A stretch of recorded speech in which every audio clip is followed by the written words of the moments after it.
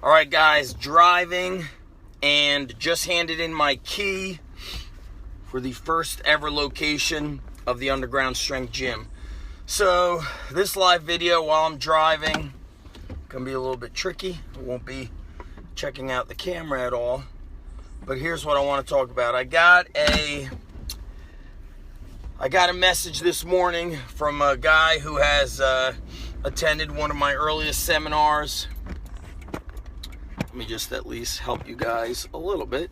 He attended one of my earliest seminars and he said, hey man, I do not have the desire anymore. I'm not really that fired up. I'm not that fired up anymore.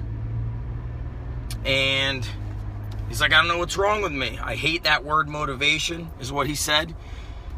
And I feel like I just want to watch TV and I don't give a shit and I want to drink and eat donuts. And that's a problem. And I learned long ago. In fact, I just did that interview with Joe on the Strong Life podcast, who went on to become a Navy SEAL. Joe said, the worst thing that can happen to you is you lose your edge. So that's the same as you're not dangerous anymore. You're not tough. You only do things out of convenience. You know, you're kind of sneaky with when you work hard. You're only going to work hard when people are filming you, right? Oh, the camera's on. I actually have to lift heavy weights now. I have to work hard now. You know, do you squat in silence where there's no camera following you around, where there's no YouTube, no Instagram, nobody to impress? And that's where a lot of people lose it. And this is a common thing. It's not unique just to my friend who, you know, I'm not going to mention names, but somebody just came to pick up one of my squat racks, and I was really pumped up. And Dupax, if you're out there, props to you. You inspire me. You know, Dupax started training with us at the Underground. He was about 270, maybe 270 and change, and he was an offensive lineman for Kane University football team. And he really set a standard in this way that I stopped telling guys, hey, just because you're big doesn't mean you're not going to be strong at the bodyweight stuff. Dupax would do handstand push-ups, rope climbs without his legs. He would bang out close to 20 pull-ups, any grip, overhand, underhand. And he weighed 270 and change. When he got out of Whittier, California, Richard Rivera, what's up, guys? Thanks for joining in. Swole Cat, Big Dog, Double A, Aaron, Matthew Osmus in the house, my buddy Dustin Marr, welcome. So Dupax was somebody who set the standard where I said you cannot be fat and useless. People getting big and unable to do bodyweight exercises. And it's a big mindset shift.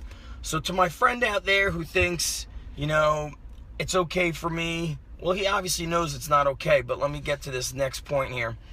He's like, I don't know why I don't care. I don't really train people in person anymore. I'm moving most of my business online. Look, live the code 365. It's not live the code 180. It's not live the code Monday through Friday.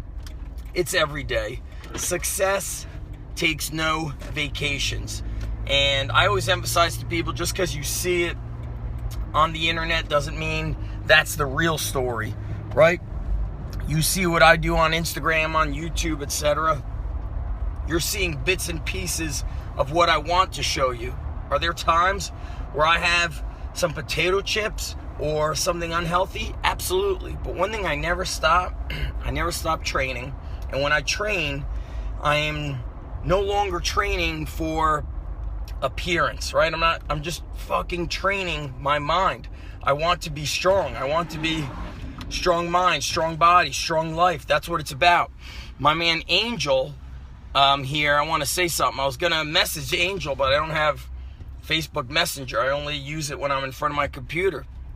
Well, this morning I took down the sign to my gym, the Underground Strength Gym, and I just transferred some equipment over to the Scotch Plains location, tractor tires, and I come back and I had these sandbags out front that I was going to tell Angel about. Angel trains people from his house.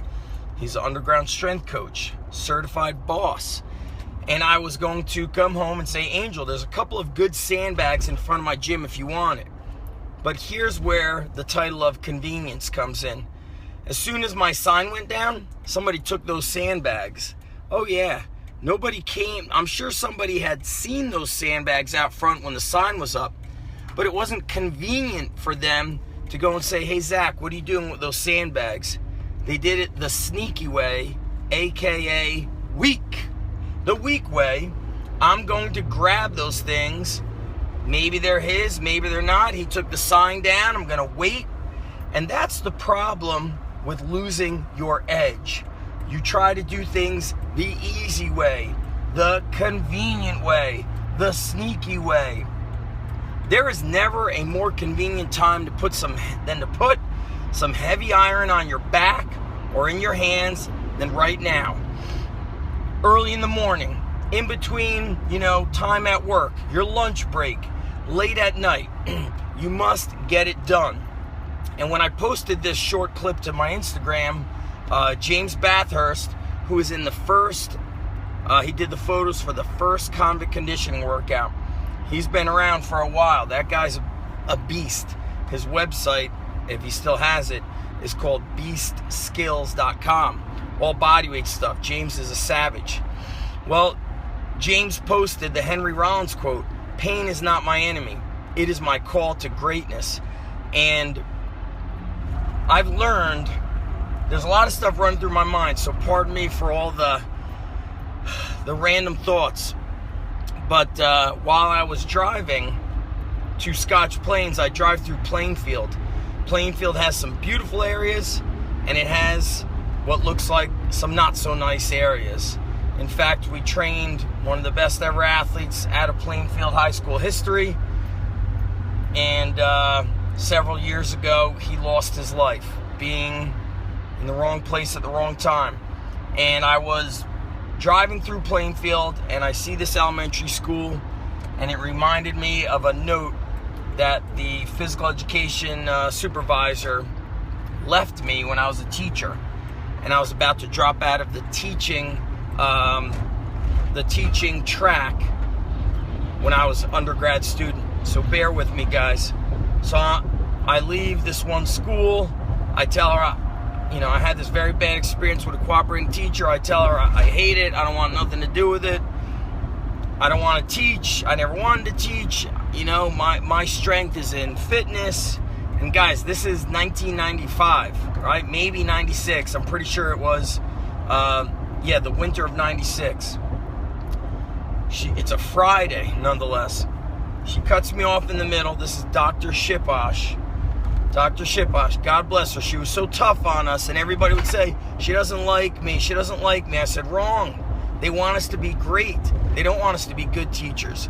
So while I'm ranting, as I always do, I get all emotional. You guys know how I am. I'm super passionate. She says, Zach, I'm not going to let you drop out of your teaching. We need you to be a teacher, she says. I'm going to transfer you to a different school. Now, this is all going to come full circle about me driving through Plainfield. Look at this guy trying to run me over. Fucking New Jersey. New Jersey driving. Let's go, people. So they transfer me to Linden. I'm like, shit, Linden. I just went from like a real, kind of like supposedly a nice place type area. Now I'm going to Linden. I go to Linden, and long story short, it was an amazing experience.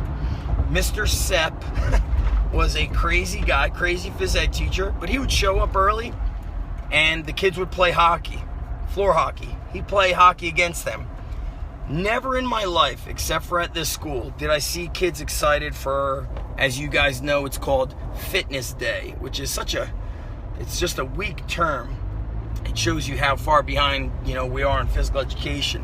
How about Get Strong and Be Awesome Day? But it was called Fitness Day, and he brought his old school turntable. He was a DJ on the weekend at weddings. Picture, the wedding singer with Adam Sandler gone retro. That's the kind of turntable he had. And he was playing like, it's time for the percolator. Anybody who's my age who's been through the clubs in Manhattan, New York City, you know that song. Anyway, it was awesome. He told me it doesn't matter if you're in some inner city, blue collar, or if you're in a straight up, affluent area. It doesn't matter. It's the environment you build. So as I'm driving through Plainfield and I pass through that elementary school and I see the parking lot, I remember Dr. Shiposh's letter. I come to school on Monday. There's an envelope taped to the door of the phys ed department. They're all gone, and it says Zach! I open it up. I didn't know she was leaving me a letter. I open it up, and it's like a piece of paper folded in half. It says, 10 years from now, you pull into a parking lot. What parking lot do you pull into? Meaning, are you going into a school, or are you pulling into a gym, a fitness center? Back then, I didn't know. I said, I think I'm put on this earth to be a teacher. So I stuck it out. And I began to fall in love with the ability to try to do good things for kids who just needed somebody to believe in them. Like, that's all they needed. And spending time at Linden, the year before that, I was in Elizabeth. Kids would show up with no jackets in the winter. I remember I let a kid borrow my jacket. They were outside playing kickball. The mornings in Elizabeth, at whatever school it was, they didn't have the name of school. It was like School 42, School 22, like that. Man, the morning was packed because they gave free breakfast. Free breakfast was just, cereal in a box and then a carton of milk. And I was like, whoa, these kids are showing up for like a 7:20 a.m. breakfast because it's warm and because they have food on the table. Changes my perspective about so many things, guys. Like, sometimes I wonder, like, what the hell is everybody complaining about? Why are people losing their toughness? Because you want everything to be convenient. But convenience and excellence are not found on the same street.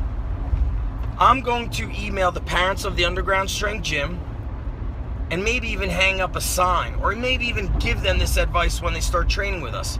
And some of the parents are watching.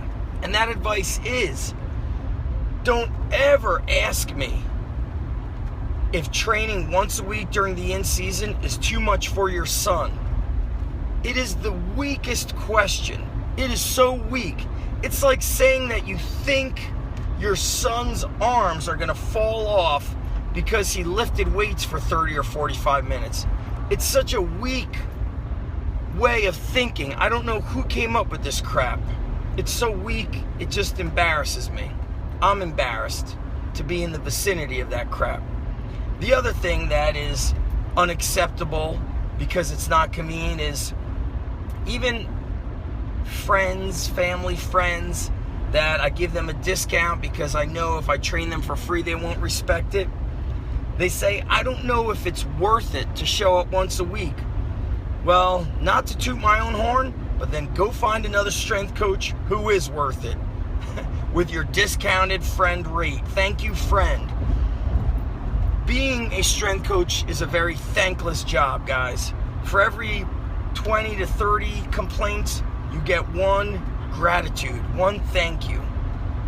And then you realize it's worth it. Not everybody is cut out to be a champion. Not everybody's parents want their kid to be great. Their preference is convenience and good enough. For the person who conveniently took the sandbags today that I wanted to gift to Angel, because he's been messaging me all week saying, I can help you, I can help you. Our schedules just didn't mesh. I'm out of there by the time he would be able to get there. So somebody showed up out of convenience. And you know what? I wasn't going to sell them to anybody. They were going to be given to somebody. But guess what happened today? They were stolen. Stealing is when you take without, it's not yours. Don't take it. I don't know why I need to even share this lesson with people, but here's the thing. I guess that because we're so scared, like as a teacher myself, if I said this to somebody, That kid would go home, tell mommy and daddy.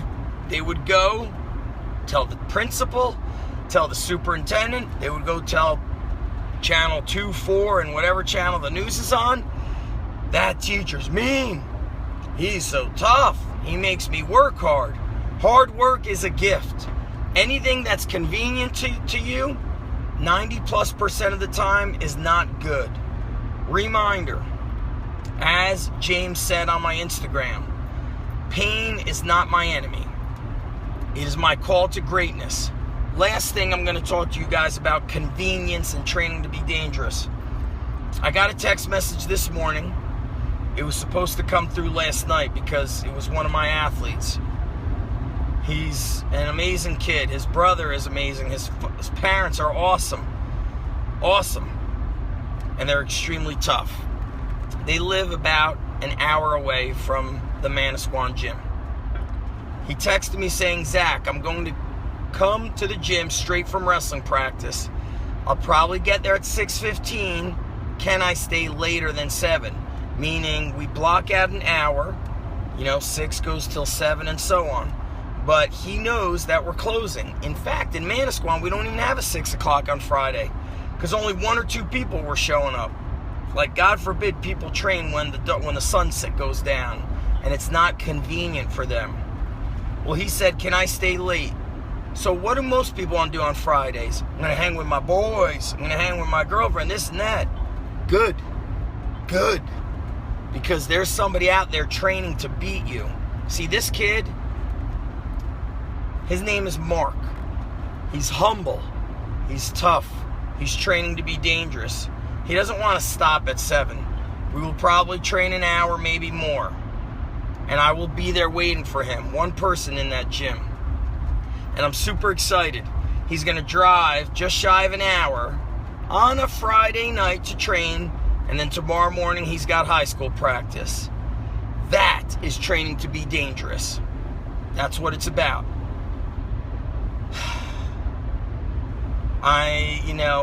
A lot of stuff run through my mind because people disappoint me. And I heard Gary Vaynerchuk talking about, he goes, if I took a pill that would minimize my enthusiasm for all this work and for being dedicated to people, he goes, I would just take that pill. I wish sometimes that I could just not care. I get bothered that why does that parent worry about 1 workout a week? And what is people worried about $100 a month, $200 a month when they're just going to spend that money going out to dinner or at the bar or at something stupid? We need to learn the difference between expense and an investment. I'm dedicated to the kids. That's the bottom line. I want to build some sort of an army of coaches who can help me expand this at a greater level. I don't know how it gets done, or I don't know. But that's the Spartan way of thinking. You don't, you find a way. You don't just, I can't do it anymore. It's not convenient. Interestingly enough, the Underground Strength Gym of Edison, we moved. We didn't close it, as Louis Simmons says, when I die, the Westside Barbell will die. I didn't close the gym. I moved it. And here's the thing. In the 9.5 years of being open, I don't know if I've had more than 10 athletes from Edison in that gym. So, there you go. It's convenient, and it's so convenient for them, they blew it off. Same thing in Manasquan. Those kids that live in town, in the neighboring town, nah, too busy, too tired, it's too hard, it's too much, it's too much, too hard. I saw one of the sport teams lost their initial game. Not going to mention which team it was. But their coach reached out to me over the summer and said, hey man, I heard about you. I'd love it if we could do a team workout. I said, sure. We could do a group workout. Group workout is when we've got 8 or 10 athletes minimum. I think their team has 20-something athletes, maybe 30-something. I blocked it out. We locked that down 2 weeks in advance. And then we were going to train on a Monday. And then on Sunday, I said, dude, only 2 of your athletes are signed up. He's like, I got 2 yeses. I got a lot of maybes. I said, wrong gym. We are not the maybe gym. We're also in your backyard. So the 2 that showed up, one of them showed up 10 minutes late, and the other one who did show up on time, like he showed up 10 minutes late and he lives probably 2 minutes away. All right? It's a 2 square mile town, people. And then the other one was busy throwing up after the warm-up. 2 out of 20-something, what's that, less than 10%? Less than 10% made it happen. The coach didn't push it to happen. I got a lot of maybes. Let me know how the maybe dedication works out for everybody. What's interesting is I always tell people, imagine if the tables were turned. Let's say parents bring their kid to me. How about I say, maybe I'll show up today and coach your son. Maybe I'll do my best. Maybe I won't. Maybe I'll work him or her hard. Maybe not. Maybe today I will work hard myself. Maybe not. It's so weak and convenient. Train to be dangerous. That's the bottom line. I can't wait to see Mark today at 6:15 p.m. when nobody else is in the gym. I'm going to train with him. And let me tell you something also. I'm going to give him props. A lot of people say it's too much, all the schoolwork. His brother trained with us year-round as well. His brother had a 4.2 GPA. His brother was a 4-time All-State wrestler, a state champion, and went to Princeton. So, I guess it's doable. I didn't know you could have a 4.2 GPA, by the way. I thought it stopped at 4.0. Okay? I thought that's where it stopped. Mark has been accepted to Princeton University. He's an all-state wrestler. I'm sure he's got some heavy-duty homework to be done. And I'm sure it's not convenient for him to drive almost an hour to the Underground Strength Gym. But you want to know what? His parents are driving him down, and they're making it happen.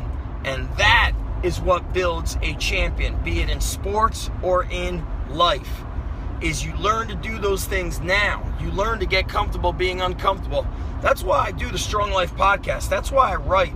And then people are writing to me, asking me questions that are answered day in and day out for years on my ZachEvanesh.com website. So I understand it's not convenient for people to visit blogs anymore. The only convenience is Instagram and Facebook.